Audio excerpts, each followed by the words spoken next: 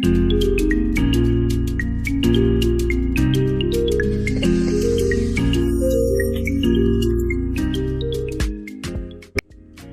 name is Ulysses Scott Williams, and I'm the Executive Director of ArtCrawl Harlem. And I want to welcome you to ArtCrawl Harlem's Boundaries and Connections Artist Residency House on Governor's Island. And I thank you for taking out time to join us today as we introduce you to our third and final artist in residence, Erica Morales. But before we get to that, I have a few more people that I want you to know that actually played intricate roles in our being here and being able to offer such a wonderful program to emerging and professional artists. First, I'd like to introduce you to our chair of ArtCrawl Harlem, Ms. Marlene Archer, and the Director of Public Programming for Governor's Island, Dr. Shane Brennan. Good afternoon. My name is Marlene Archer, and I am the chair of the board of ArtCrawl Harlem. And I welcome you. I welcome you to the virtual exhibit of our second year in residency at Governor's Island. And this year, we have 3 artists who are in residency, and we hope you will come back for each of them. And each of these artists will have a virtual tour, and we would love you to come back. We know that we have chosen some fantastic young and aspiring artists this time. We've got many applications, and we chose these 3, and these 3 will continue to raise the bar as it relates to the residency program. In addition to the residency program, Harlem ArtCrawl has curated exhibits, has given tours of spaces in Harlem, artistic spaces in Harlem. Harlem has such a rich artistic and cultural legacy, and we hope to continue or to reinstitute these tours going forward. But the purpose of this is to thank you for joining us and to invite you to please come to Woods Island to visit us. It's a wonderful place, and you'd have a wonderful afternoon there. Thank you very much. My name is Shane Brennan. I'm the Director of Public Programs at the Trust for Governor's Island. For those of you who are not familiar, Governor's Island is a 172-acre park and public space in the middle of New York Harbor. We have a wonderful arts and culture program, lots of climate and environmental education programs, and so much more, lots of open space to explore. A really exciting part of our program is that we get to host incredible arts and culture organizations from across the city, including, of course, ArtCrawl Harlem. They are one of about 25 different cultural institutions that have dedicated programming space in our historic houses here on the island. And out of those spaces, they present public exhibitions, artist residency programs, and a lot of other wonderful things. So, in addition, there's public art across the island. We have all sorts of events, festivals, concerts, and other cultural offerings to come and explore. We actually recently reopened for the public season. We're open from May through October, so please come out and visit. Come see ArtCrawl Harlem space and their cultural programming and all of the other cultural organizations that are on the island with us this season. I want to congratulate ArtCrawl Harlem and thank them for being our partners on the island and for being such a wonderful organization and presence for our audience. And congratulate all of the artists that they're hosting as well, who are out here working, creating incredible art and engaging with the public. So with that, I will pass it off to the next speaker. Thanks again. This year we had some wonderful collaborations. On the back porch, we had an installation called The Sacred Space, which was curated by photographer and artist Lisa Du Bois. We hosted Heather Williams, where she debuted a showing of her film Safe Passage, as well as did a public art installation with the Generation Project, where visitors came in and shared their G status. I want to introduce you now to Lorna Harris, who's the executive producer for the Generation Project, to tell you more. Immigrants Are Us, the G Project. I am here today getting my G status or understanding it. And it's always nice to be able to talk about how you're connected to the world. Question number one, did you, your parents, or grandparents come from another country? If yes, where? If no, do you know where your people were from before the United States? Are you a Native American, American Indian? You can use words, you can use stick figures, you can just use colors, whatever you feel like you want to do. As African Americans, many of us are not aware of our ancestral origins before these shores. And I said that on one side of my family, we had traced back to Ivory Coast. I thought it was important to make the time to be a part of this project because immigrants are our friends, they're our neighbors, they're our co-workers, they are who we are. G stands for generation. And so we are all Gs, and depending on how far back our ancestry goes, defines what numerical status of Gs we are. So for instance, I was born in Iraq, so I'm a G0. I did share that I have one grandfather from Barbados, but that everybody else is from the United States, but the G status is, I call it for myself, 8 with a question mark. So my grandparents came from Italy, but they had immigrated from another country before they went to Italy. What is an immigrant? We throw the word out. I heard it this week, I heard it maybe 50 times. This is a work session. This is not a seminar.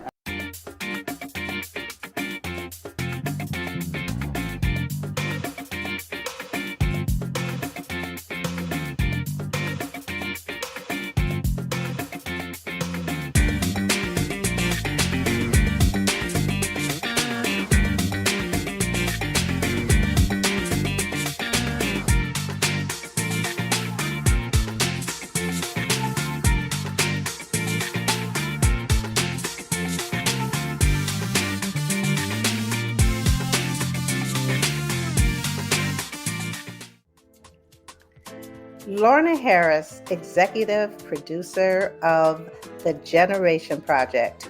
The official title of the project is Immigrants Are Us, the Generation Project. The short term were also known as the G Project or the Generation Project. This project is a public art campaign sponsored by the Harlem Arts Foundation. And the premise of the project is that we are all immigrants through different generations. For example, G0s are people who are born elsewhere. G1s are people who are born in the United States. G2 are born after the G1s, and so on and so on and so on. I myself am a G7, and I'm proud to say that. So Generations Are Us is very, very happy and proud to be affiliated with ArtCrawl Harlem.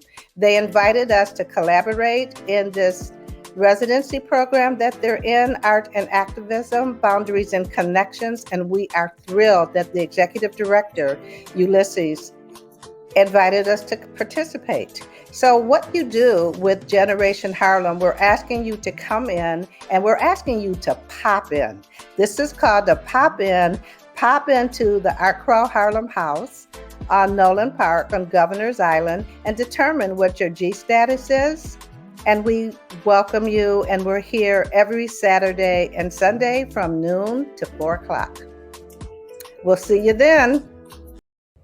This year's Boundaries and Connections Artist Residency Program is dedicated to the memory of artist Timothy Folks.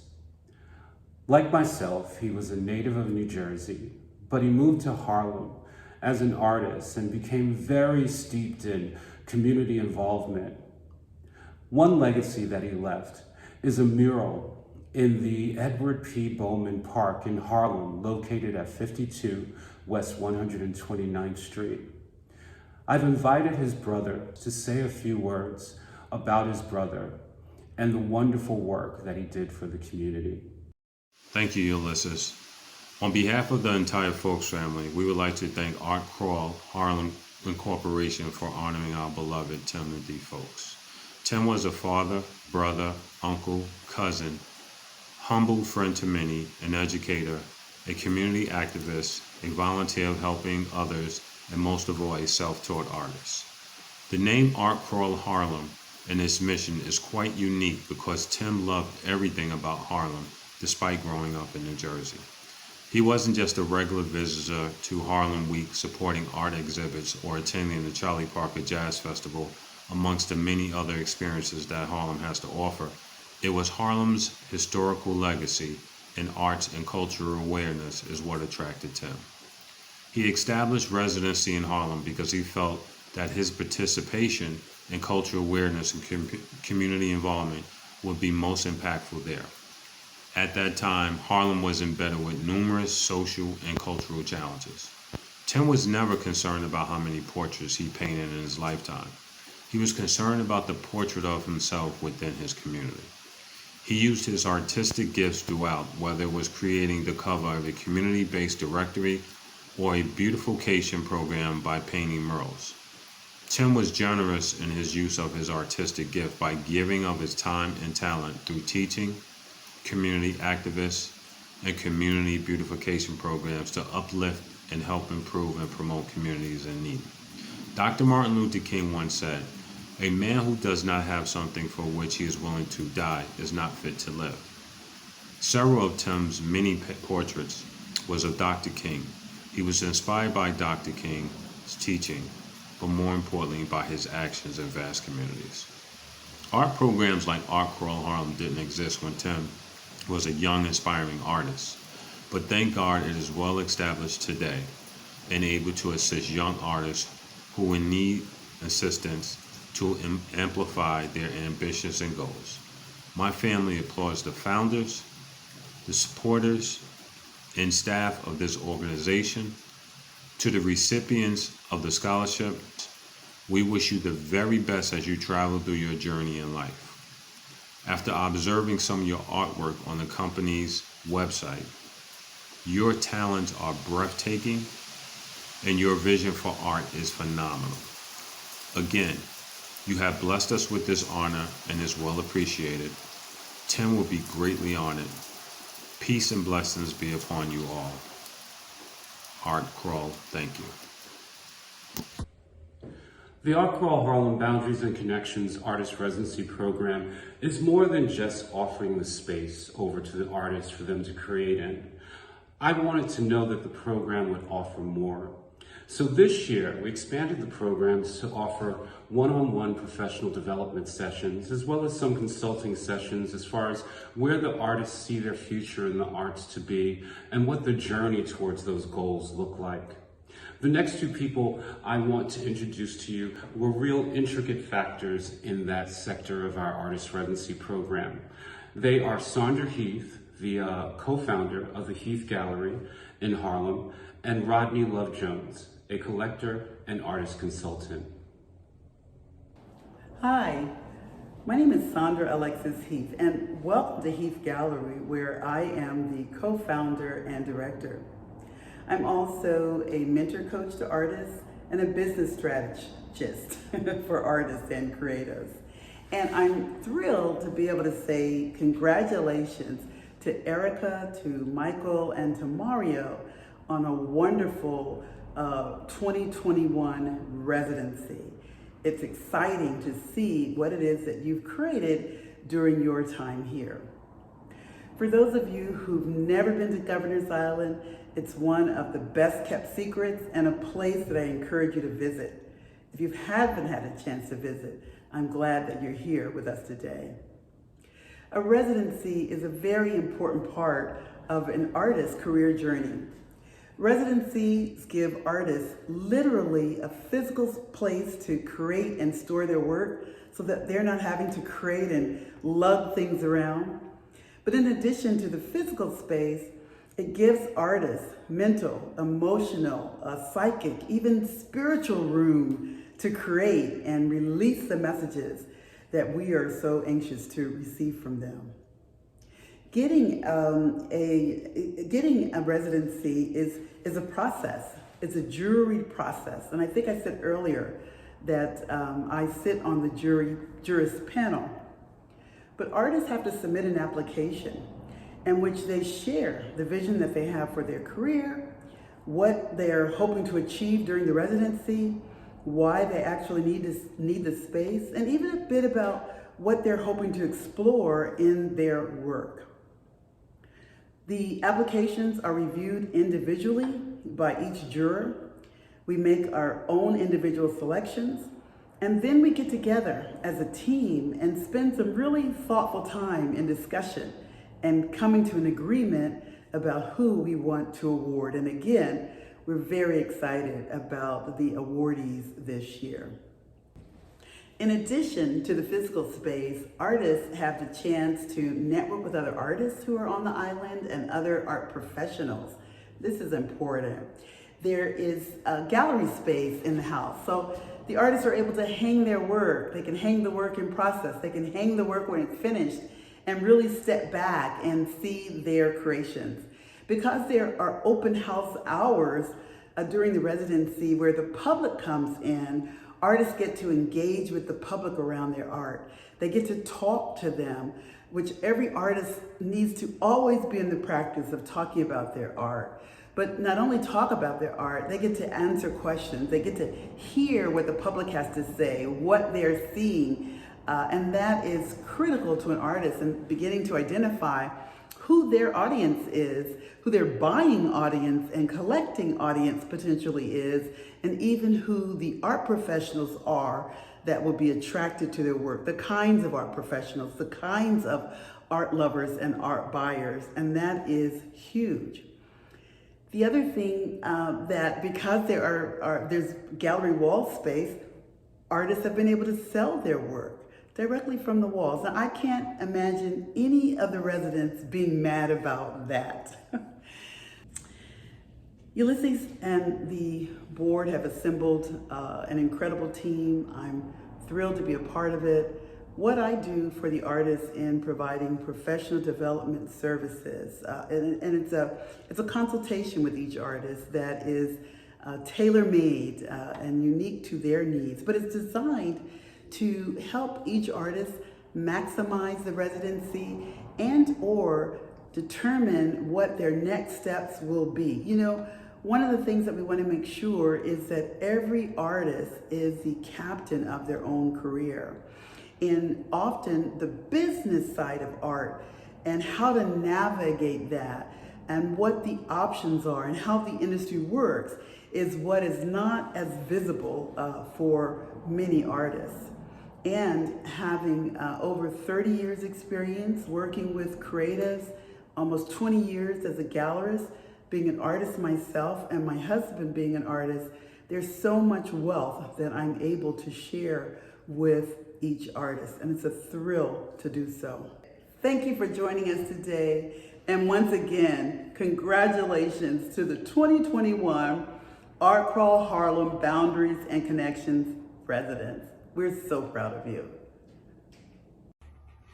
Hi, my name is Rodney Love Jones, and today, on behalf of ArtCrawl Harlem, I'm going to discuss with you Erica Morales.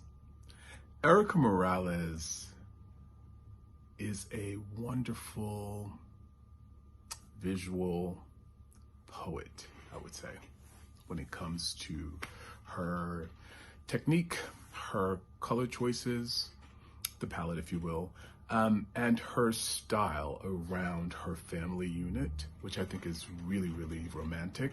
I love her expression and how soft she chooses to paint the female objects and the softness of the male objects. I think juxtaposing some of the persona around her color choices and her structured style of using stencil versus watercolor and pencil conjoins her multimedia expression really, really well. And choosing, as a juror, and choosing artists for this project, she stood out because her work was beautifully delicate and also strong in its statement at the same time, if that makes much sense to most people. And it was just looking at her subjects made it very tangible in her expression, to get to know her and what she was about and what she stood for. So I really appreciated seeing her work and seeing her expression from a Latina artist coming from New York City, and it not being so New York structured, if that makes a great analogy. When you think of New York, you think really strong and steel and concretes and things like that. And her work is just so soft and delicate and loving and family oriented. So congratulations. I'm so happy that she was part of this group of artists, amazing artists that we had this year at ArtCrawl Harlem. And I thank Ulysses Williams for asking me to join and celebrate these artists. So make sure you check out her work. It's really wonderful, and we affectionately call her Eddie. So thank you, Erica, for joining ArtCrawl Harlem.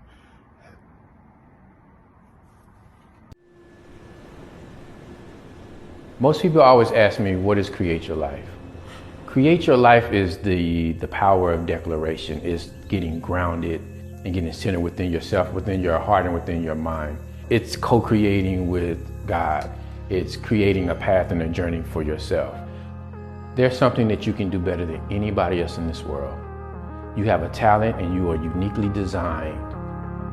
It's your duty and your responsibility to use that gift to empower the world and to impact the world. When I often talk about Create Your Life, it's about taking that talent, that gift that it is that you possess, and you impact the world with that gift. I dare you to do it. I dare you to use your gifts, and I dare you to create your life.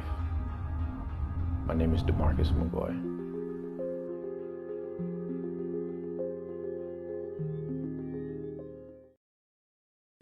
Thank you, Sandra and Jones.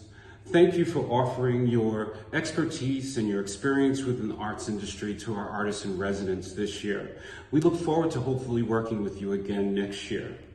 You see, our program is more than just handing over space for artists to create in. We want to inspire them to consider the rest of their journey beyond this artist residency program. As well as another important factor was each artist being aware of them having to share their story was just as important as their work. So take, for example, Michael Abuela. He became a hyper-realistic portrait artist starting from a very young age in grammar school. Not only being able to say the word apple and write the word apple, but to be able to draw the picture of the apple immaculately. And then our second artist in residence, whose work I stand in front of, Mr. Mario Joyce. He grew up on a rural farm in Ohio. He grew up hearing stories about his ancestors in a study that his grandfather had, where he sat on the floor with pictures of his relatives peering down on him, and he would sketch those pictures. Now, this third artist, her road or journey towards being an artist happened just as organically. She started by drawing pictures of her abuelita, her grandmother, when she was very young, sketching every wrinkle, every line, every nuance of her grandmother, while considering the stories that her grandmother shared. And she shares that story and many stories of her family members through her work.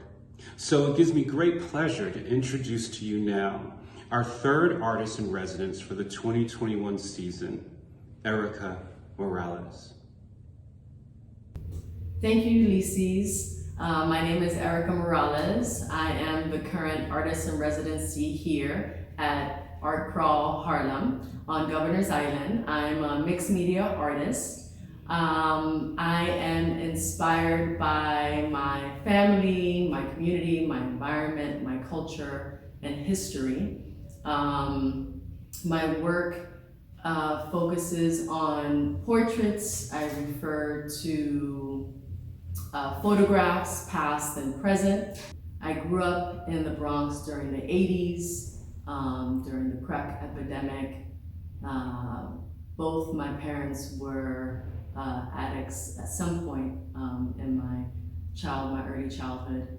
I lived with various family members, moved around a lot, inspired by hip hop culture, salsa, beatboxing, and graffiti. During the 80s, my father was incarcerated, and during that time, we would visit him upstate, and that was sort of like, I would consider it our family vacations. So we have lots of photos of, or I have lots of photos during that time period in my life, which I reference in my artwork in certain series. We moved to South Florida around with all of his family members. My grandmother, who during that time played a big role in my life because she was one of the main women. There were many important women in my life, but my grandmother, she helped raise my sister and I. And so during that time, as a teenager, I would draw my grandmother. During this time, I attended a magnet art school. And 7th and 8th grade, I had an amazing art teacher, Marilyn Trigger. Now, at that time, her name was Poland, who was so inspiring, loving, and she was a powerhouse. She was a rock star. Every child was pushed to do better, but she also just loved and accepted you for who you were. And during this time, this is where I really got into like portrait, figurative drawing. We would do still lives and portrait work and contour lines and playing with negative and positive space, which now definitely it's tools or techniques that I use in my artwork today. I was able to do a study abroad trip to London, which then exposed me just to art internationally. After undergraduate, I moved to California. I lived there for 4 to 5 years, and I met an amazing community of artists, and just seeing various murals, especially by Latino artists, and the intricacies of how they were producing their art. Throughout that time, I was still making art. Art has always been a part of, but then the adulting comes in, where you have to pay your bills. And again, being the first generation to go to school and having a ton of student loans, for me, balancing art and real life was an adjustment. And I would say it hasn't been until the past several years of my life where I feel like I finally found a balance through applying through artist residencies. Because I do feel that artist residencies give you the opportunity to work with professionals, and especially artist residencies like ArtCrawl Harlem, where you have a space to create, where you can spread out, where you can really push yourself and challenge yourself in ways where you can't at home because you're confined, and especially in New York City, where it's pricey, right? Rent is pricey. And so through ArtCrawl Harlem, I feel like I've been able to produce a different body of work, and I think, or growth from the works that I've been producing the past several years because of the size of the paper, etc. My work is intricate. I manipulate images in various ways.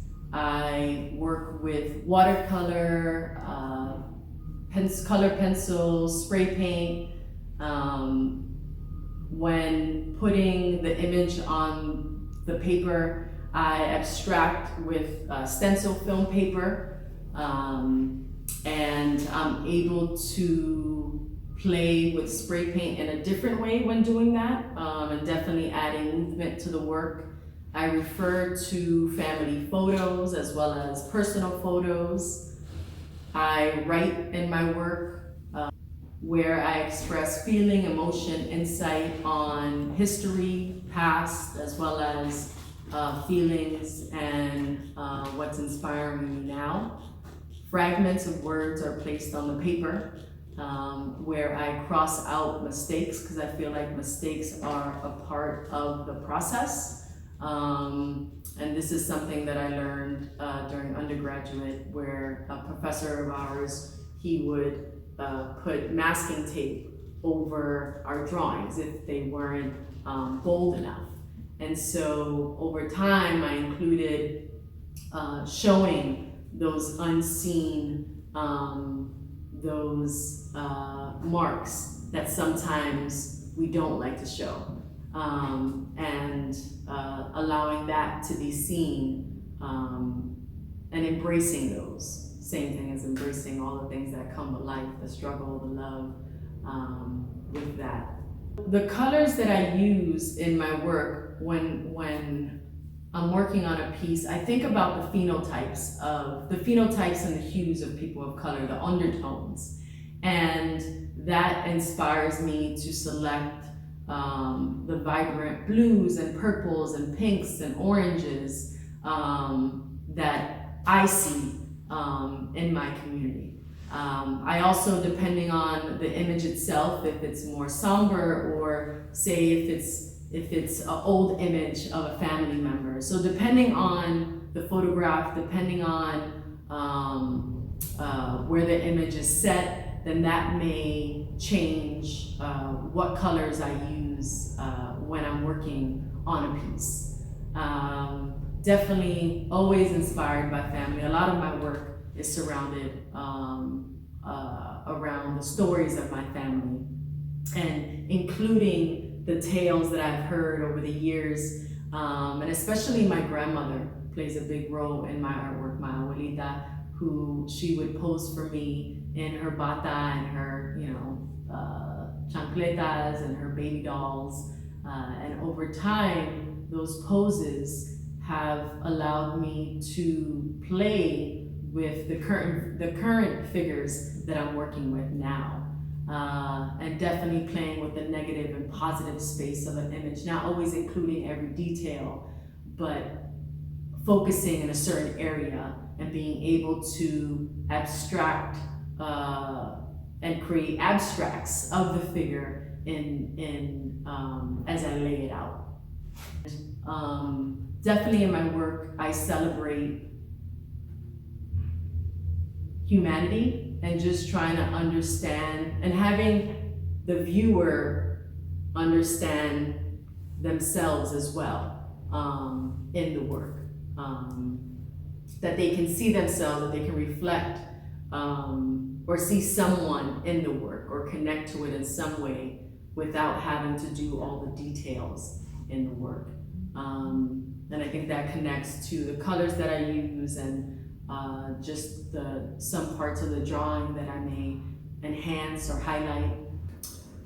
Artist residencies for me give me an opportunity to work with other professionals, to be with other artists, but not only obviously providing you with the space that you need to spread out, especially with my work. I feel like there's definitely a dance because I'm working on multiple pieces at the same time, and I'm going from, doing the watercolor wash to cutting out the stencil, then spray painting, and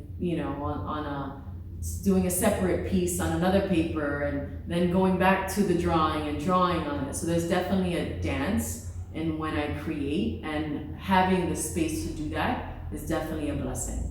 But also being able to meet with other artists, other curators, other folks in the field to process, I think, one's art because usually for me, everything's sort of in my head, right? And really being able to take it all out, what's up here, and to be able to process the steps, but also to really take a moment to look at your work differently, because life goes pretty fast. And so I think being a part of artist residency, especially ArtCrawl Harlem, has given me that time to just take a step back and reflect, as well as expose me to other people in the industry. These works that I'm working on right now, they're from my personal collections of photographs that I took of my father, my cousin, my uncle, my uncles. And so thinking about their story, and also my cousin and I, we did a recording with my elders called Between Two Pineapples, and just recorded them migrating from Puerto Rico to New York during the 50s, 60s, 70s, and hearing their stories of assimilating here to the US and what they had to endure during that time.